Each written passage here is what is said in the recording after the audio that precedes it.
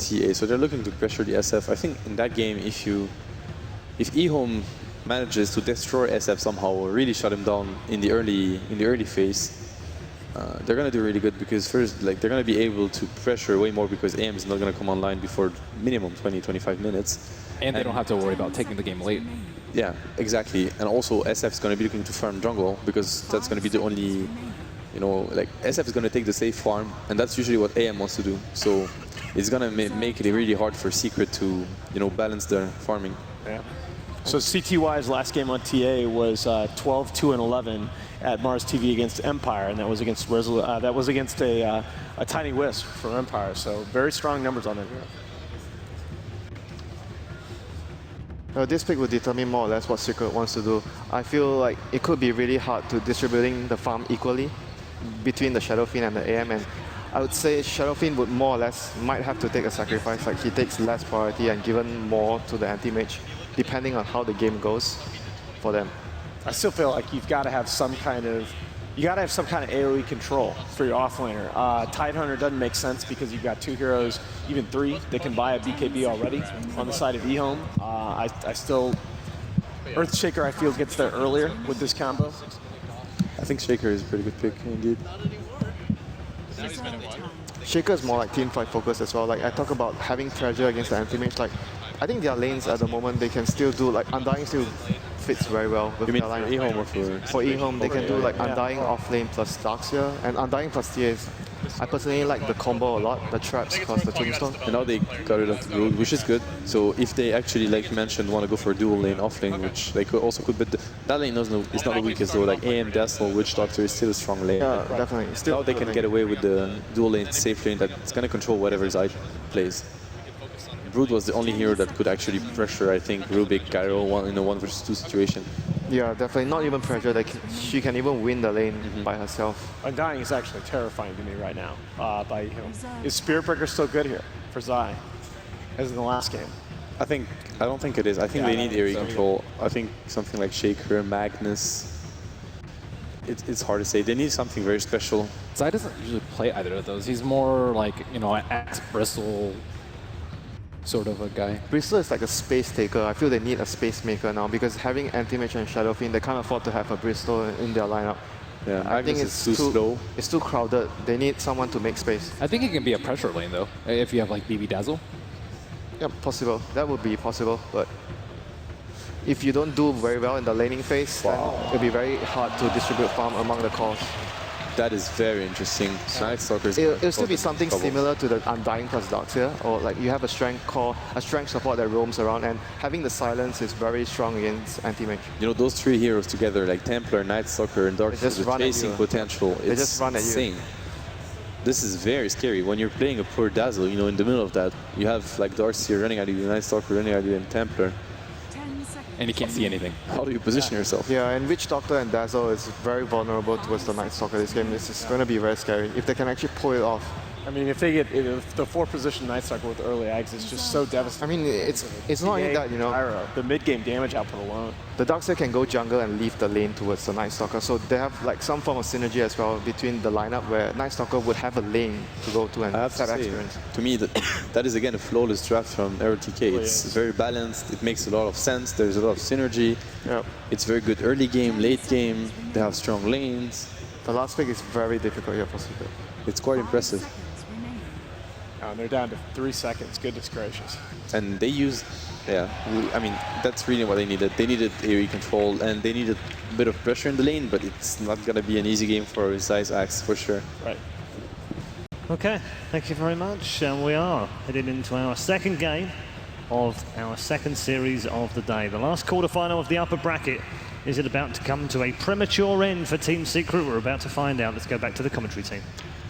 Ladies and gentlemen, welcome back. We're live here at Key Arena. I'm LD. I'm joined to my right by Blitz. Blitz, a lot we want to talk about here as the draft concludes. Ehome, very balanced, very versatile, leading 1-0 against Secret. I do want to follow up on what the analyst talked about, which was that Ehome prefers the Dire. That is true, but they not only prefer the Dire, they prefer it over first pick. They actually had selection this game, and they still go Dire. Yeah, on the flip side, we saw Secret. They had the option last game. Instead of first pick, they opted to go for the Radiant side, so both teams get what they want. And I guess it brings to mind Chinese DotA as well, another team who prioritizes Dire, and in some ways, it was something that was discussed yesterday, is it feels like maybe Chinese DotA has influenced the way other teams are starting to pick and decide what they prioritize in the draft, because they're just winning so much on that Dire side, and we're going to see it again here. And with that, the teams will get underway. Game 2 has begun. Ehome leading Secret 1-0. Secret, a loss here, puts them in the lower bracket, something I think that would really mess up most people who did a bracket before the event. So with that, let's talk a little bit more about a couple of the points that you brought up during the draft. The first thing that you mentioned was you feel like CTY has really matured a lot as a player. Yeah, before he has a nickname that isn't all too flattering. It's the 6-minute god, but I mean, we saw in that last game, he struggled really hard in the laning phase. He had such a good start, getting a kill. He had the first bounty rune of the game, and Arteezy still manages to solo kill him in the lane.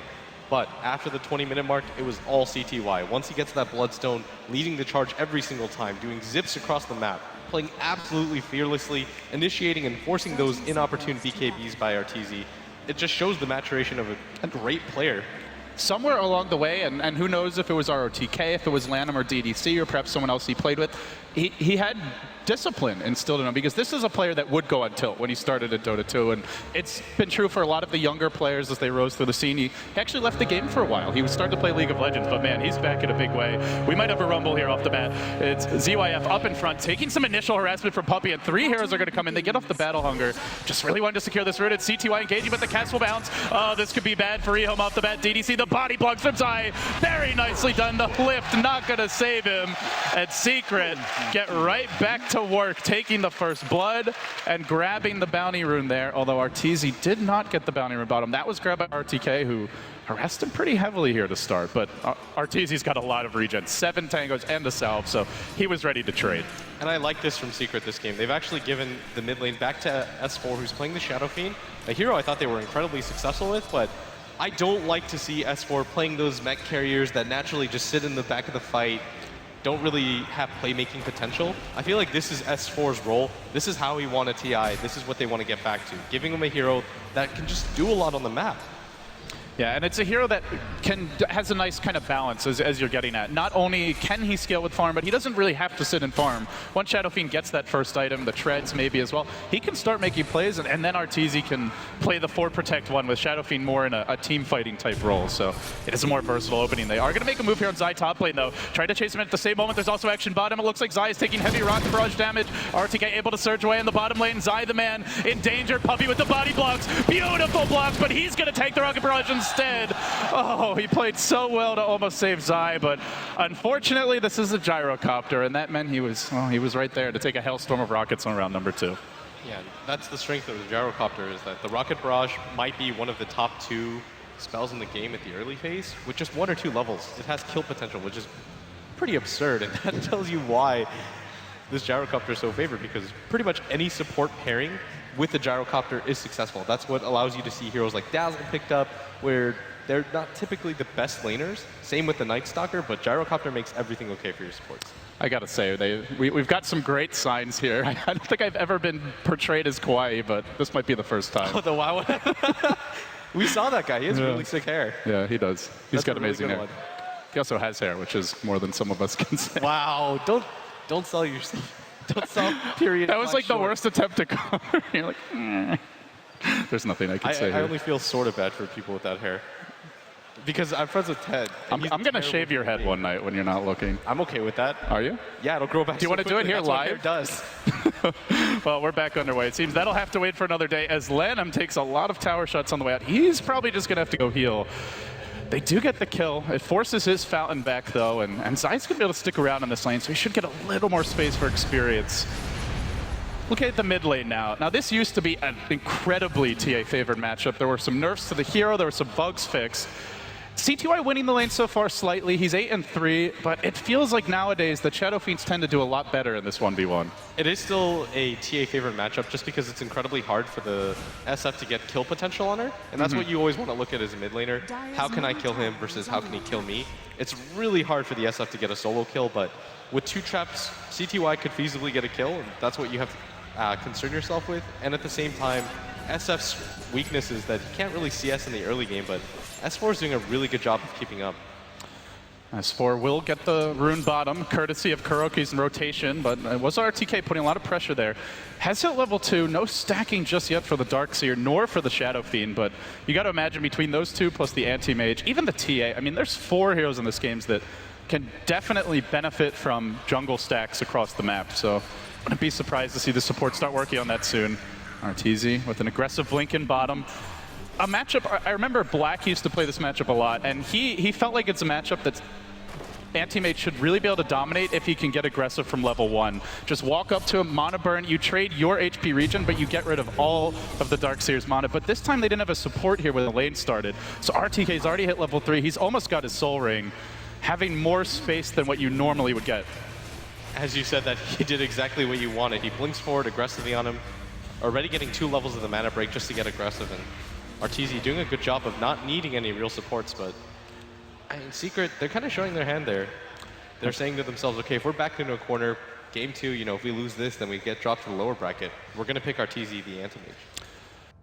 How much space do you see Secret getting in their jungle right now? They have a Shadow Fiend and an Axe who both really want to use that space, but there's a TA in this game. You can put traps in the camps. You can also ward block them. They have a Night Stalker who's a pretty aggressive roamer. Do you think Ehome's going to be able to get into the jungle and shut them down?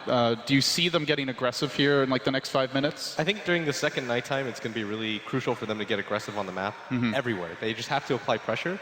I actually felt like Secret, you know, they got their game plan off in the last game. They were able to apply pressure. They got aggressive in the jungle. It just took that one terrible fight where they have track, you've got a Storm with the Bloodstone, but those things don't exist this game. And I feel like Ehome kind of read their strategy correctly this game as well, and they're saying, okay, we have to apply pressure. We can't just let Secret get comfortable, take our own jungle, and then slowly just kind of throttle us to death. We have to get aggressive. We have to pick a lineup that's just going to run at them, and I feel like that's what they have here. One thing also worth mentioning is they did not have a very good Roche lineup last game. They ultimately got the Medallion, and they took Roche, but it wasn't like a lineup built for that. But this game, they have the Templar Assassin, something that CDEC has also done quite a bit, where Shiki will play it, and I mean, CDEC, I think, more than Ehome, really value the early Roche, whereas Ehome will kind of take it as a part of the flow of the game when they feel like they have the space for it. But definitely something Secret have to keep in mind, and until they get the Blink Dagger and the Axe, not really going to be as good at creating pressure around the map. They are pretty farm dependent here until they get the Shadow Fiend mech and the Axe Blink. Yeah, the Templar Assassin, there was a time period where we saw her picked all the time when she first came out. She was even like first pick material. Yeah, she was just a lane dominator with almost no equal, but as time went on, you kind of saw her relevance drop off, but I think the biggest change to her was just the fact that the Deso, the cost of it is so low, you can go for the immediate Roshan after you grab it. Just you and one other hero can pretty much do it, and once you're able to get a 15-minute Roshan as a result of that, she can just snowball, and her natural weakness is she can't really initiate for you. Once you have an Aegis, you can't really stop her from going in.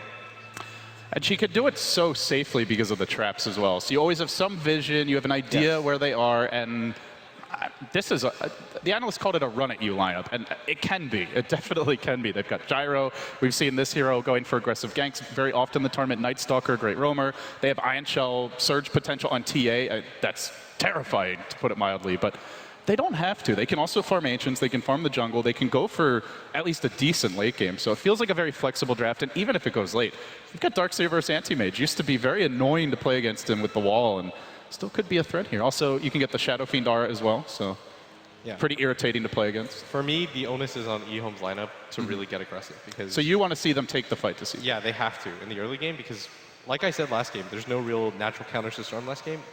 Like, yeah, you've got the Bane's Fiend's Grip, but that's in an ideal world. Yeah. But this game, the same exists for Arteezy's Anti-Mage. Lift is a terrible ability once the Anti-Mage has a Manta style. Same with that Silence from the Night Stalker. There's almost no hero on Ehome that's going to build disables. Maybe in the ultra late game, you'll see a Darkseer get a Hex. But more often than that, we'll see him get a Blink Dagger, the Mech, the Shiva's Garden. I actually think third item, he has to go for the Hex here because there's just no disables. I mean, we saw what happens if you don't get that early lockdown on an Anti-Mage earlier today in the EG Complexity match. I was talking to some of the players. Some felt that we could have seen an Orchid Rush from Swindle. Also a possibility for a second item, Sight the Vices. We will unpause. We're going to get back underway now.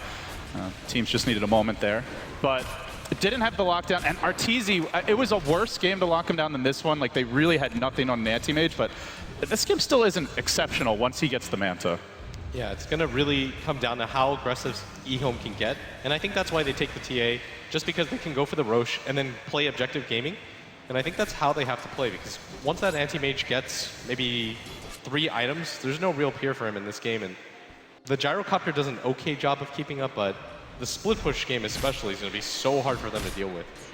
Well, through the early laning stage, it looks like Ehome, their 2 main cores getting slightly more farm here, but at least as far as the gyrocopter goes. But overall, the next wave of heroes on Secret doing a much better job of CSing, and as a result, they've already pulled ahead by 500 gold, closing in on 1,000 experience as we see Kuro walk down into the river, confidently going to place an observer ward on the high ground. That's a great ward to have, as it's the first nighttime, and it's Lanham on the move. Puppey tank going deep within the trees. He's created a little nest, but it's a trap, Puppey! Oh, he's just cornered himself in the end. Ehome with the big tower dive. They'll get some experience, and now the pressure going out immediately. You can see Arteezy starting to constantly hit creeps. Wants to counter push this bottom lane a little bit. They know Darkseer's likely not here because of that lane ward, and in fact, he's not. RTK off in the woods, trying to play the jungle game. So for now, the tower pressure early going the way of Ehome, and well, TP actually getting canceled. Secret really not going to be able to defend this tower at this point. Yeah, but at the same time, this gyrocopter isn't keeping up with anti-mage and farm. The anti-mage is miles ahead of anybody if you want to look at it that way. It's 34 CS in just 5 minutes. It's 7 CS a minute. He's almost flawless here, and he's up against a Darkseer. You have to let it under your tower even at times, which can be very difficult. So, as you point out, Arteezy having a great start to this game. And that's going to bode bad news for Ehome as they want to try to get aggressive as fast as they can. CTY is about to pick up that level 6, which he does. And he's going to try to look for opportunities on S4, but S4 is just playing the patient game. He's forcing out the lane as fast as he can and making it really difficult. So what CTY wants in an ideal world, you want a decent creep advantage so the S, there's nothing that can just break your refract. If you right-click the SF in the middle of a creep wave, you're just going to get right-clicked back. Here's the smoke, and let's see where they head. Kuroki moving towards mid. RTK, I think, getting nervous. They don't have vision on the enemy supports right now. In fact, the wards that they have really only see the lanes, and there's nobody laning top. Only S4 currently visible on the map. Kuroki wraps around towards mid. He gets the lane ward down, if nothing else, getting them some vision as well. RTK looking for the ancient stacks. Kuro may run into him, but he's alone for now. He needs backup if he wants to get this kill. The ping's coming out. They're going to try to close the gap. RTK even surges forward, and it's right into a cask. Oh, the aggression. It might be too much. The cast not bouncing back. Can he get the neutral tonight? RTK, he wants it, but S4 says no. Shuts the door and takes down RTK, and that was a level 5 Darkseer at 6 minutes. Pretty high level of experience, and well, 300 experience swing the other way. Yeah, and it just makes it even easier for S4 to lane against this Templar assassin mid. He's not even doing a bad job. He doesn't really have any more jungle stance to go back on, but it is naturally harder for the TA to go for that. She can eventually rely on this ancient stack, but as you saw, I mean... Oh, they're going on mid. S4 in trouble. There's the melt strike. They have it in the background. Puppey looking to hang on for now. They'll let CTY take the tower. Does he get another trap and go for this? He decides it's too risky. DDC was wrapping around as well, but they keep S4 healthy.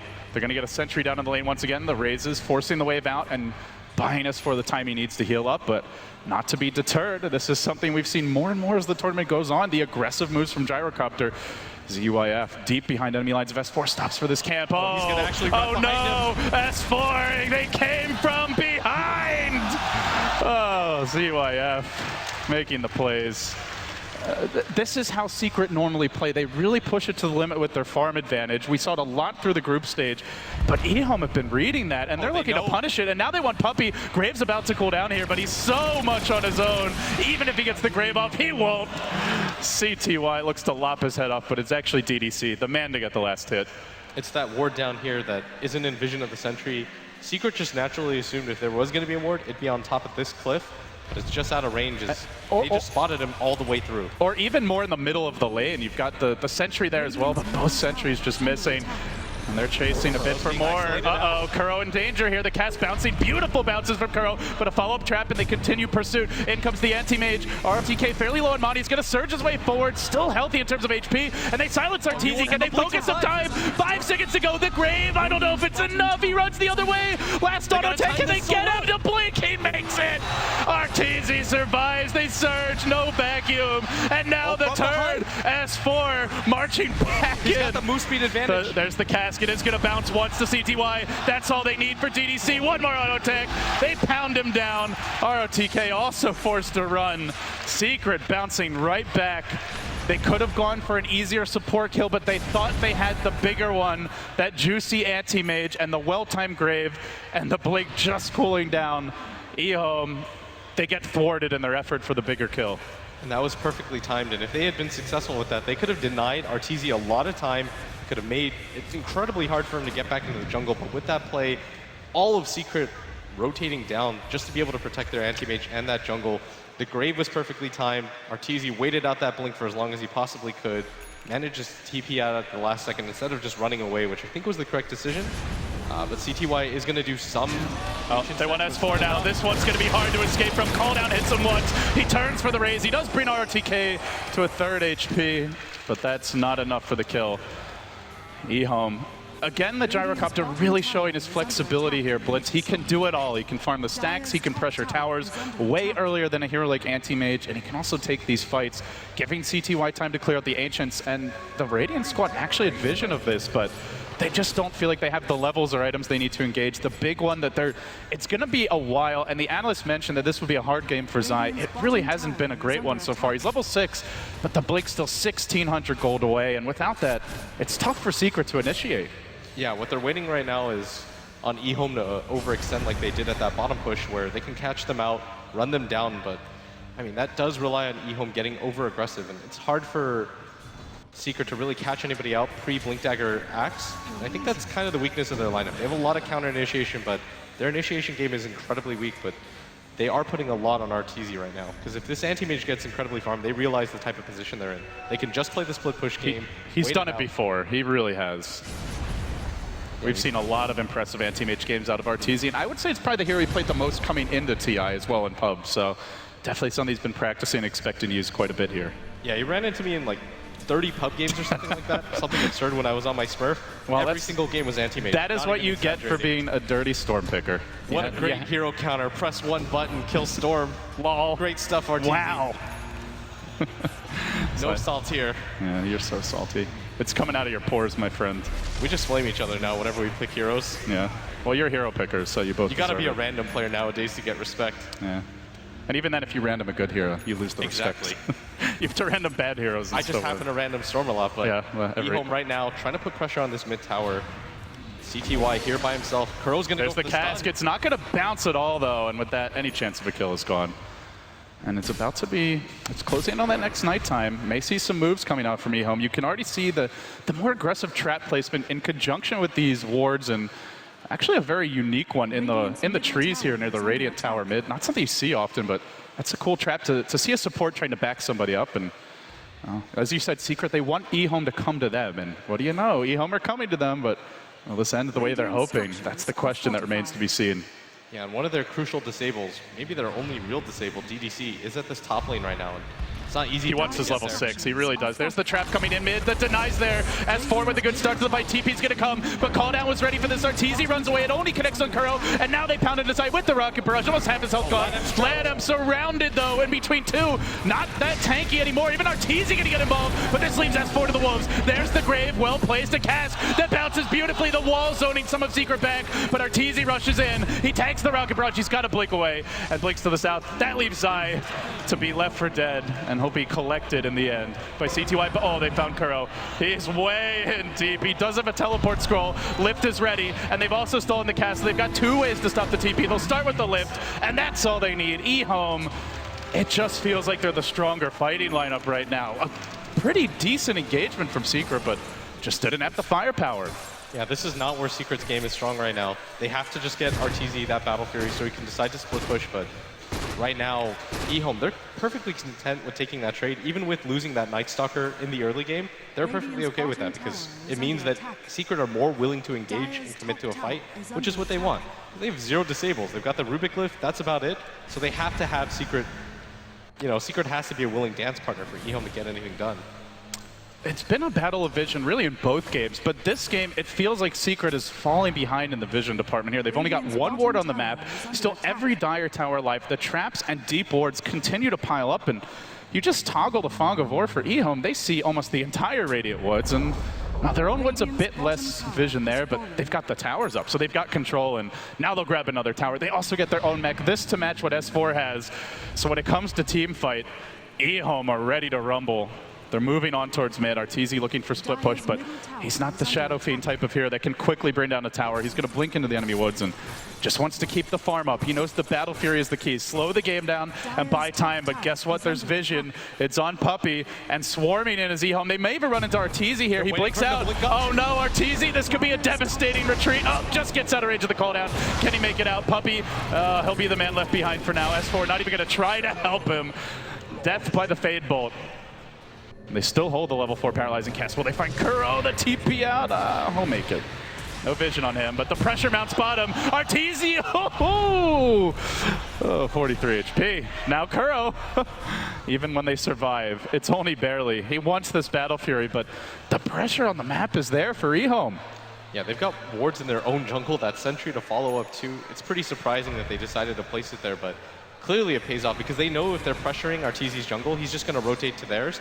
So they're placing wards in both sides of the jungle just to make sure that the Battle Fury is slowed down as much as possible. And even if he gets to the Battle Fury, they want to be able to pressure him and just force him out of whatever section of the map he feels comfortable in it. Ehome, they're going to start to get aggressive real soon because CTY just 200 gold off of that Desolator, and once he grabs that, then Anti-Mage dies in those exchanges. He dies on probably one less hit. It's going to put even more pressure on Arteezy to be careful. Call down will come top lane, and they go onto S4, even through the mech. He may drop here. Requiem is baited out, and they beat a retreat with the Requiem down now. Opportunity may beckon for Ehome to move in even deeper. But you wanted to see pressure. They had a lineup that could rush in and put a lot of pressure on the map blitz, and we are seeing it through vision, through hero movements, through smokes, and again they're moving forward. Onto Kuro, back into the creeps. Cask is going to stop this. Maybe Zai can turn it around. He's looking for the call. He's almost got his blink. Can't quite find the opening. So we'll see Arteezy also forced back. Battle Fury calling his name, and he is going to get it along with the blink, but he's still got to farm that next item before he really comes online. In fact, they expect him to be at this camp, and Lanham is right about it. Arteezy silenced, quick TP out. What a reaction, but not enough! CTY slams the door with the Deso, and we see the Anti-Mage, not the most combat-worthy hero this early on. He's just not getting the space he's accustomed to. Now the blink forward, Zai trying to throw DDC back, throws at the Battle Hunger, he retreats, but good luck, my friend. Call down's there, maybe, should take down to this. No, the people, don't tell me he lives, don't tell me he lives. No mercy, he's dead. But that's just a Rubik.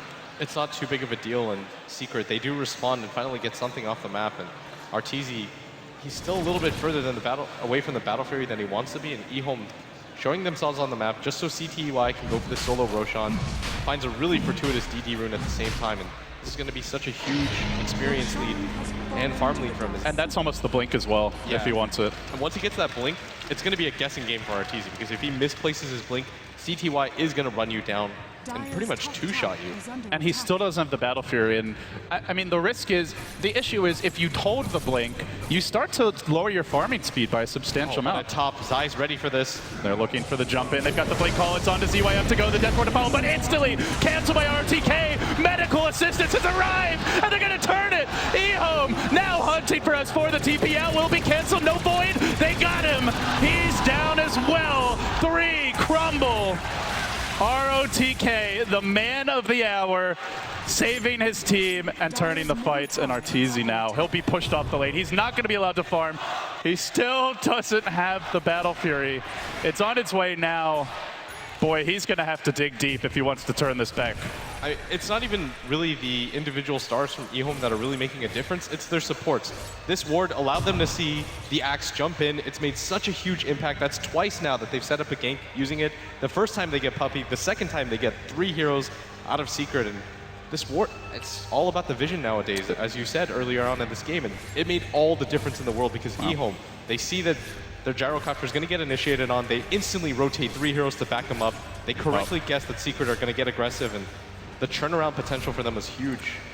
And it's such patient aggression. We see CTY melded bottom. He's very strong with an Aegis right now, but he doesn't immediately jump on Puppey. He waits until he walks close. He sees their support there from Zai, and then he backs. And that's really been the maturation process that you talked about, that he doesn't overcommit whether he's ahead or behind. He's just he's a more calm player in general now. But Secret's turn.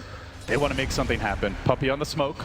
Maybe they get DDC here. There is a ward. Saw him walk by towards the Secret shop. He's found an interesting nook here to try and hide within. They know about that nook. DDC, welcome to your new home. It's called the Well. Zai with the dunk. Yeah, finally, Arteezy finally finding that farm time. He's already almost level 12. He's finally got that Battle Fury. Once he gets his Vlads, he can pretty much stay on the map for as long as he wants. He can do the jungle camps. And I mean, we've been talking about Ehome all game, and yes, they have been playing a really dominant game, but you still don't really have the best counters for this anti-mage. You don't really have the best disables, only the Rubik Glyph. It doesn't last for very long. The Night Stalker silence is not an opportune silence. He can just man-hit it off every single time, and it's going to get hard for them to keep up with him. And that's where Ehome want to keep it up. CTY's looking to do it bottom lane. He will press the tower forward and drop it pretty low in terms of HP, but Puppey pings it out. They'll rotate in S4. And it does need to be reiterated that their cores are farming. S4, neck and neck, in fact, surpassing again the Templar Assassin on Ehome. And Arteezy still the leader. The have-nots are the supports, though. Looking at Kuroki, normally one of the most farmed supports in the game, up there with AUI 2000. And he's doing a decent job, but this lineup needs a lot of space, especially for the two main cores. So it's going to come down here to positioning, it feels like. Puppey and Kuro, not quite as much to work with item-wise. They got to do it just with sheer savvy and veteran wit. In all honesty, it's just the warding. ROTK, he has a gem that he picked up himself, so it's incredibly hard for Secret to keep up wards on the map. And so Secret, they're just playing behind their cores, kind of playing the guessing game like you said, whereas Ehome supports are pretty much willing to go wherever they want because they have full vision, they can wait for the counter initiations. They're playing with full information right now, whereas Kuro and Puppey, they're playing the guessing game. You saw it at top, and here in this mid lane, they have no idea this is coming in. They're going. They're onto S4. The back's there. The call down to follow. He's completely surrounded. Doesn't even get off a spell, but the Grave. It allows for a Requiem to turn this. And onto RTK to go. The Death Lord keeps on going. CTY trapped in the trees. He's got to get out and help the team. They lose two. Oh, the Blink will cool down, but the damage is done. And Arteezy says, wonderful. I'm going to cut the wave top. This tower will be mine. So much space. A lot of it feels like it came down to CTY getting caught in the trees. They couldn't do anything for the whole Death Ward. Just such good placement and play by Secret there. And the problem is for Ehome's lineup, it was like we talked about last game. The reason why we were talking as if Ehome always had a chance was because there was no natural counters to the Storm. It's the same thing for the anti-mage this game. And the disastrous thing for Ehome's lineup is they can't really make those mistakes. On paper, it's, okay, we traded 2 for 1, at least we got a core, but it's more like we committed 5 heroes to a fight, and the anti-mage was farming the entire time, and all we got was 1 hero. And boy, is he farming. Suddenly a Vlads is up. He's still 30 CS up on this Templar Assassin, and now he's got a haster, and he's going to blink in mid, looking to clear out the waves, and the pressure just begins to mount. The tower, tier 1's still up mid and bottom. That's something Arteezy will definitely have his eyes on. Now moving towards the enemy ancients. Oh, this is a big stack. They can't allow him to take this. Is he going to chance it? You betcha. Onto the ancient stack he goes. RTK's in position on the high ground. This is going to be. He sees this. Arteezy, got to be careful. He's back into a silence. He can't blink. The greed, it costs him now. Ehome get just about every creep. Oh, they just saw him and they knew. They knew what he wanted. That really hurts the economy. Arteezy thought if he sees the Night Stalker coming, he can just blink out, but it was that play by ROTK to drag him back with a vacuum, cancel the animation, unable to do anything as they're just flailing through the air. And it's nighttime as well. The vision just isn't that great for an anti-mage. It was a huge high-risk, high-reward play, but Ehome completely punished him for it, and Arteezy can't afford to die like that because he's the only hero on the map that can go around and pressure like he is right now, but chancing it for that Ancient stack wasn't enough, and CTY just continues to farm level 16, no BKB on him, decides to go for the Yasha, and this is a huge glass cannon build, but he already does nearly 200 a hit with the Deso. They don't have the best damage over time here. There's a level 1 Battle Hunger, no points in Poison Touch. So there is potential for TA to get a little more aggressive in the item build, it feels like. Secret, they're going to need to rely on the team fight. They got to take them down together. They can't try to fight the TA 101. Nobody's strong enough. Maybe your late game anti-mage can do it when you get to like an Abyssal Blade, Butterfly type of level of farm, but he's not there yet. But he goes back to what he was doing before he got picked off. Arteezy into the top lane. And the Secret game plan's pretty much going to continue the same way. Keep on pushing with the AM, hold with the other 3 to 4. S4, maybe poke your head out to hit a couple of creep waves. He may even have to rat it already into the trees. And Ehome, no, this is the game plan for Secret. And they've been mostly prepared so far, and they're just waiting for him to show his head. There's a lane ward here top. Secret, they've not seen anyone from Ehome just yet. But Arteezy is just biding his time. Now CTY will show himself. That alone is enough to discourage him. Are they thinking about a jump on CTY? This could be very bad for Secret. They're waiting. They're still waiting to get vision on somebody else. And they're not going to find it. CTY off into the jungle. The rest of Secret do smoke, and they head towards top. Oh, they're actually going to spot him out. They're going to go for this as fast as they can, and this should be a kill for Secret. Now CTY returns fire. Gem hits the deck. Zai tries to retreat with it. He survives with 10 HP. So low, but the turn. Arteezy also almost dead. There's a blink in 3 seconds. Arteezy's going to have his own blink in 1. Does he get the instant blink? No, he misses on both. The back too late. Arteezy heading back as quickly as possible. And now reinforcements arrive. They grab not only the Night Stalker, but far more importantly, that precious gem onto Zai. That was the real price of that fight. Taking it off of them, being able to get some map control back is fairly significant because the Night Stalker, he's not a huge kill, but it's the gem that came with him that makes that so worthwhile. And at the same time, it just creates a little bit more time. Ehome don't want to get into 4v5 fights, and while the Night Stalker's on the deck, they're going to wait for him to be able to come back and pressure the map again. And this is going to allow Arteezy to farm his own jungle for the first time in the game. It's funny when you put it that way, but it really feels like it's come to that. Still, more space. He's down about 3k gold here in the enemy cores, but Yasha's coming. And the big item that makes him far more difficult to take down is not unreasonably far away. It's the Manta. But to match this economy, Ehome continue to stack their own Ancients. They've been very consistent about farming these as well, and as a result, they're able to hold steady with the 8k, more like 9 to 10k gold lead, it looks like. Puppey also looking to farm his own with the medallion. Big item out now. It's going to be a blink on RTK. And the combo potential is there. Call down. You've got the side blades that can splash through. Maybe DDC steals a Requiem. That would be a dream if he could pull it off for Ehome.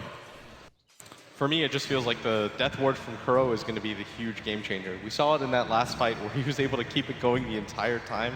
It was a large reason why Ehome didn't want to continue to commit. He's now bought himself a Ghost Scepter. Going to keep him alive for quite long in these fights. Protects him from the TA, who normally just blinks in, melds, and then right-clicks him with Refraction. He's pretty much done for. Yeah, he two-shots you. So. Yeah, you need that Ghost It's Scepter. a pretty clutch item. I am a little bit worried about Puppey, but he always has that Grave to rely on, and it's going to deter Ehome from just going in on him. But the next Roshan is going to be so huge, because with that Rosh, CTY is going to grab it, and they're just going to go all in. They're going to push wherever they can. They're going to have a lot of faith in his damage potential, and I don't really know what the game plan is for Secret at that point. If he gets that Aegis, if they're able to take down that tier 2 mid, I think that Ehome should be able to go for the high ground because they want to hit this timing where Arteezy still can't get into fights. I think even with the Manta style, Arteezy can get blown up by just the TA himself when he's this farmed. We saw it from EG earlier today. They had Fear on the split push. There was the amazing song from AUI that canceled 2 TPs. They held, and it was enough for EG to ultimately take the game, that one big fight. Now, for Secret, the big way to cancel TPs is a blink call from Zai. So that could be where they make their stand, is not even the actual head-on fight, but just the split push of the anti-mage. Everyone from Secret right now is grabbing a Ghost Scepter, and I think this is a good plan. Where's that diffusal blade? You just want to extend the game and the team fights for as long as you possibly can. Zai blinks in, you can just call, pop your Ghost Scepter, and lead the fight around while your anti-mage picks off supports. That should be the game plan for Secret. DDC, Blank back on net, immediate lift. Oh, the combo damage. S4 is a BKB, not using it. He pops his haster, and that is enough. Well, CTY thinking it's not. Surged in, but they decide it's a bit too aggressive. He's got a full Daedalus on the courier. Yeah, well, that's going to be trouble. I thought he was super far before, and I didn't even see that. Oh, that's what the net worth chart is for. With this, Daedalus complete. Could just walk right into the Roche pit, potentially. And that's what CTY is going to do. But the rest of the team doesn't seem like they're going to join him. He's chewing through this Roche. Oh boy, it's really dropped need fast. any help right now. No. He's going to hit level 19 with this. That far exceeds anybody on Team Secret. Lanham just likes to watch, but now he's had enough of it. Secret are deterred in their pressure top. Arteezy does shove the lane in. But Ehome distributing heroes wisely around the map. So they take the Roche, they don't give up any objectives. And now CTY back to the farm game, lacking a TP scroll. Maybe something Secret can play around here. I'm not sure what he could even drop for that. He's just going to be TP-less for now. This is such a weird timing right now because Ehome, they're really strong, but they don't really want to get picked off here because Arteezy can just go for the split push. Every single time somebody from Ehome dies, Arteezy just shows himself top, continues to go for the split push, but he has to be careful here at top. This game has just turned into like hearing the blink sound every 5 seconds. Just blink, blink. Now you see me, now you don't. Now he's just waiting for the wave. Let's see, maybe one more wave, then he'll cut it. He knows that push that you mentioned could well be coming, and safest way to stop it is don't actually approach the creep wave, just hide in the trees. Take a page out of HY's book and then cut them off, only when truly necessary. So he's going to go for the split push here. He absolutely has to. There's no real way for them to stop this Ehome push mid. He's close to the Manta as well. I'm not quite sure if that's enough, though, at this phase of the game, as CTY just deals a ton of damage, and he's got that Aegis that they have to deal with, too. Oh, Kuro!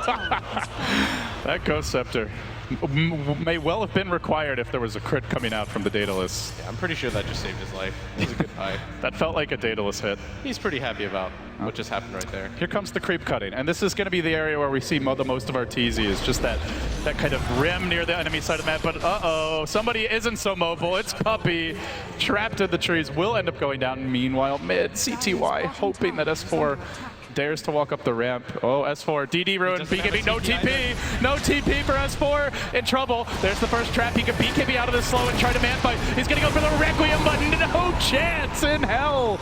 Even through the damage of the Requiem, and it was a lot, the double wreck, not enough.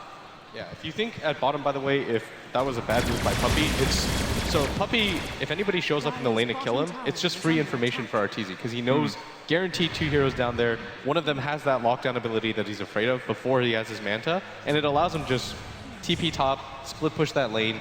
It's almost like you just trade a support for information and farm on Arteezy. Like, Puppey won't make a difference in this game anymore. The Hell Bear Smashers now also trolling the waves. If Arteezy can't do it, the creeps will provide the needed support. So they have to go in with a very minimal wave, just their own Satyr Tormentor here, and that's not going to help against the backdoor regen. But that's now a completed Butterfly on ZYF. This is just getting ridiculous for Ehome. They've got to be frustrated by this, but still with the lead here. In fact, they've been increasing it. A 12K gold lead, a 12K experience lead. Still, despite how aggravating it must be, they're pulling ahead more and more. Yeah, but this is what Secret want. Just continue to extend the game. Hope that Ehome overextend like they did last fight, and I don't know if they have it in them. If they overextend again, Arteezy's just going to get so much space. That's going to be like pretty much a Butterfly or a Basher after, or even close to an Abyssal Blade after one really bad fight. Yeah, with this lead, you can't really throw it away, especially when you've got such a mobile hero. They have the blink. Lift to follow this up. Call down is weighty as well. They're going to immediately force out the blink. They couldn't quite get the silence off. Arteezy could have manted it anyway. Zai fishing with his own blink call. He's not going to connect the urn, stopping a potential blink out. Now they silence him. Anti-Mage Illusions working on the carries here. Zion a bit of danger. S4 there to usher them away, but blinking forward. And CTY the crit, not coming out, but the back now. S4 Graves, a beautiful goal, and the Death Ward. Look at it go. Kuro with the damage. Not enough though. Now he's on the run too. S4 may also fall as RTK. CTY cutting off the path of retreat and executing Secret inside their own base. Zai, heroics were attempted here, but Body still hitting the floor in numbers, and with a lone catapult mid, they may just try to high ground it now. Oh, Ehome's just going to go for bottom. They want bottom right now. They realize even if S4 has a buyback, he can't really do anything with just 9 souls on it. The time grows desperate. Where does Arteezy go? If he goes mid, there's a tier 2. There's a glyph. If he cuts the wave bottom, it's too late. There's already a gigantic wave in here. There's no Requiem on Shadowfeet, no BKB, no buyback either. They only have a buyback on the Witch Doctor, who's lacking a Death Ward. Secret just trying to force cut the waves, but it's really not going to matter. They can't actually threaten Rax here. They can't even threaten tier 3s. He blinks back towards mid, trying to prevent an additional lane of Rax from falling. But Ehome, they strike gold again. They get yet another objective, and they zero in on what would be a crushing upset if they can take this 2-0 from Team Secret. And now Ehome farming out the jungle. They're probably just going to wait out the next Roshan if they can. It's up in just 4 short minutes, and this is what Secret have to work with right now. If you don't take any tier 2's towers down, Ehome's not afraid.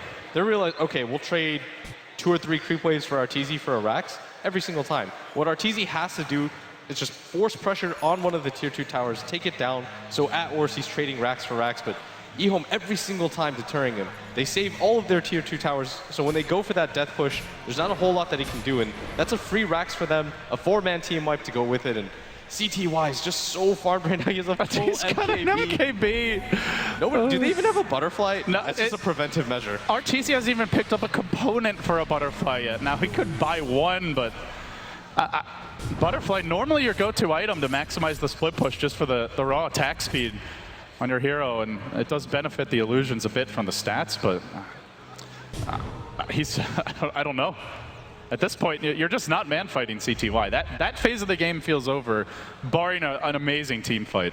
What scares me more for Secret, Arteezy's doing his best to try to catch up, but S4 is just so underfarmed right now. It does look like he's got 6-slotted items, but they're just incredibly weak items. The mech has long outlived its usefulness. The Ring of Aquila is the same. Zai making me nervous here. Now the Blue Blink. S4 is slaughtered. He can't even make a move.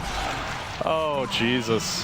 He does have the buyback, but it'll be with 11 souls. Arteezy even walks into this. He's going to try to start the fight. There's the 2-hero call. Mana Void! Mana Void! Oh, he does end up going down. 800 gold going Arteezy's way. What a big fight for Secret. ROTK frantically scrambling. Ehome have to be nervous now. The call-down comes in. Gyrocopter arriving and looking to hold the lines. Stand strong, men, but there's the Kuro Death Ward from the high ground. Pounding into ZYF here. Back, turning it on Arteezy. Can he win the fight? He looks to blink, but he's got no Manta, and ZYF bails them out. Now the blink, Ion Shell, Kuro down. Even what the miraculous of most miraculous fights, it pales in comparison to the raw damage output of Ehome. And without even a second of hesitation, Arteezy insta buyback, purchases a Basher. He won't have a second life for a very long time now.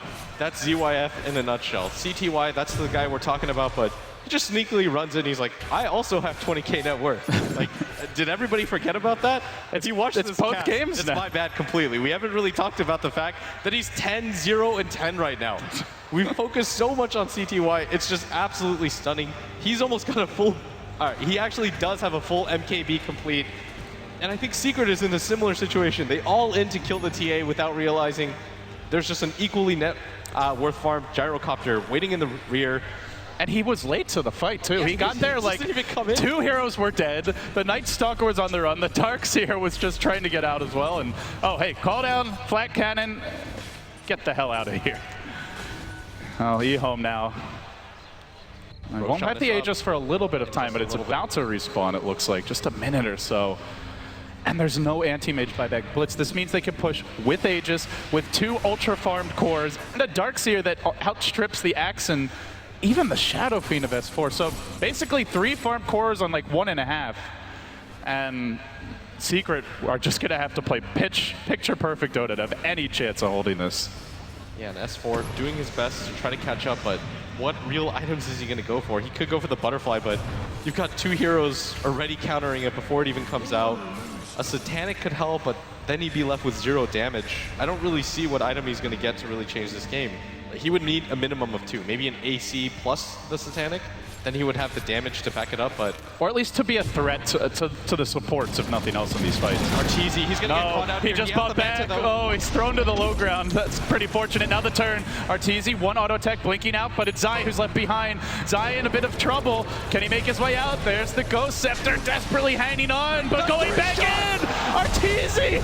He charged in again. It'll pay with his life, and with no Arteezy, this is going to be nigh impossible for Secret. Massacred under the blazing guns of ZYF and CTY's endless crits. There's another Ehome. Ehome have done it. They 2-0 Secret, and they move forward here in the winner bracket. A shocker for Secret and fans around the world. But what a solid showing it was.